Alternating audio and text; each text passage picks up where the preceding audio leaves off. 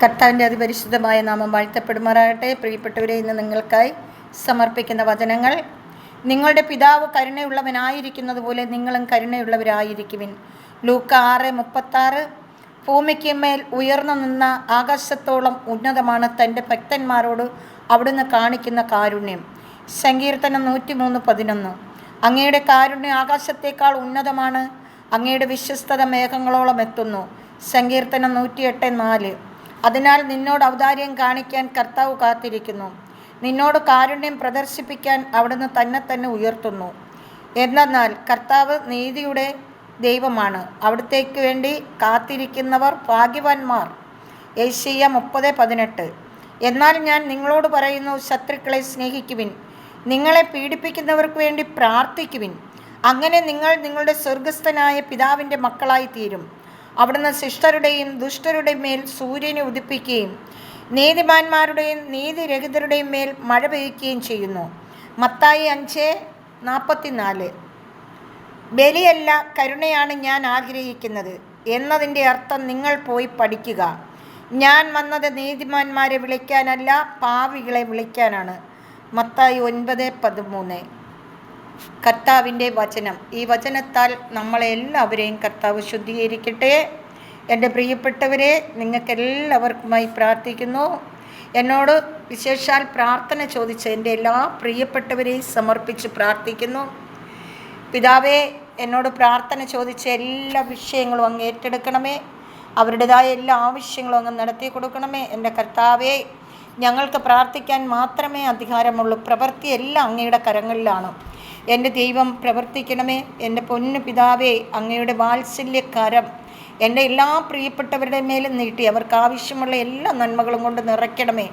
കർത്താവെ, കടബാധ്യതയുള്ള മക്കളെ പ്രത്യേകമായി സമർപ്പിക്കുന്നു. കർത്താവെ, കട എങ്ങനെ മാറും എന്നറിയാനൊക്കാത്ത സാഹചര്യത്തിൽ കഴിഞ്ഞു പോകുന്ന മക്കളെ സമർപ്പിക്കുന്നപ്പച്ച, എൻ്റെ പിതാവിൻ്റെ കരം അവരുടെ മേൽ നീട്ടണമേ അപ്പ.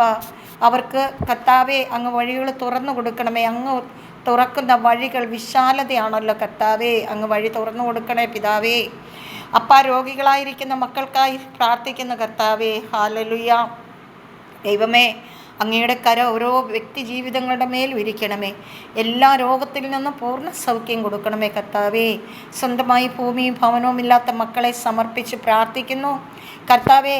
അവർക്ക് വേണ്ടി കർത്താവ് സ്വന്തമായി ഭൂമിയും ഭവനവും നൽകി അനുഗ്രഹിക്കണമേ കർത്താവേ.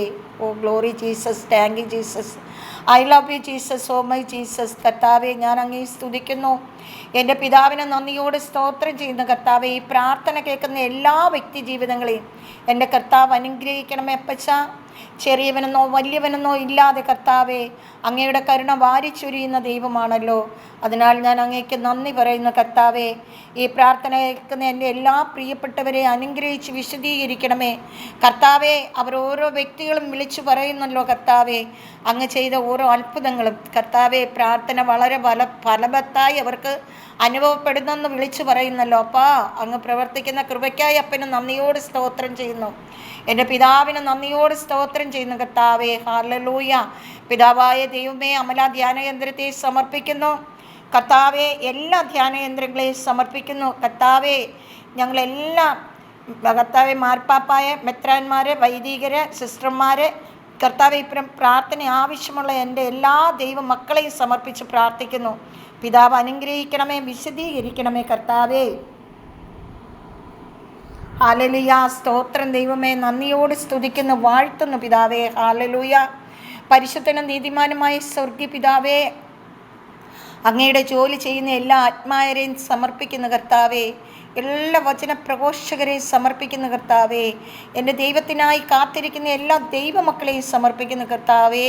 അങ്ങ് തിരഞ്ഞെടുക്കപ്പെട്ട എല്ലാ ദൈവജനത്തെയും സമർപ്പിക്കുന്ന കർത്താവേ. എല്ലാവരെയും അനുഗ്രഹിക്കണമേ, എല്ലാവരെയും അങ്ങയുടെ കൃപ കൊണ്ട് പൊതിയണമേ എന്ന് പ്രാർത്ഥിക്കുന്നു. പിതാവായ ദൈവത്തിൻ്റെ സ്നേഹവും പുത്രനായ ദൈവത്തിൻ്റെ കരുണയും പരിശുദ്ധാത്മാവിൻ്റെ അഭിഷേകവും എൻ്റെ എല്ലാ പ്രിയപ്പെട്ടവരുടെ മേലും എൻ്റെ പ്രാർത്ഥനയ്ക്ക് മറുപടി തരുന്ന എൻ്റെ സ്വർഗീയ പിതാവിൻ്റെ കരങ്ങളിൽ ഞാൻ എല്ലാവരെയും സമർപ്പിക്കുകയാണ് കർത്താവേ.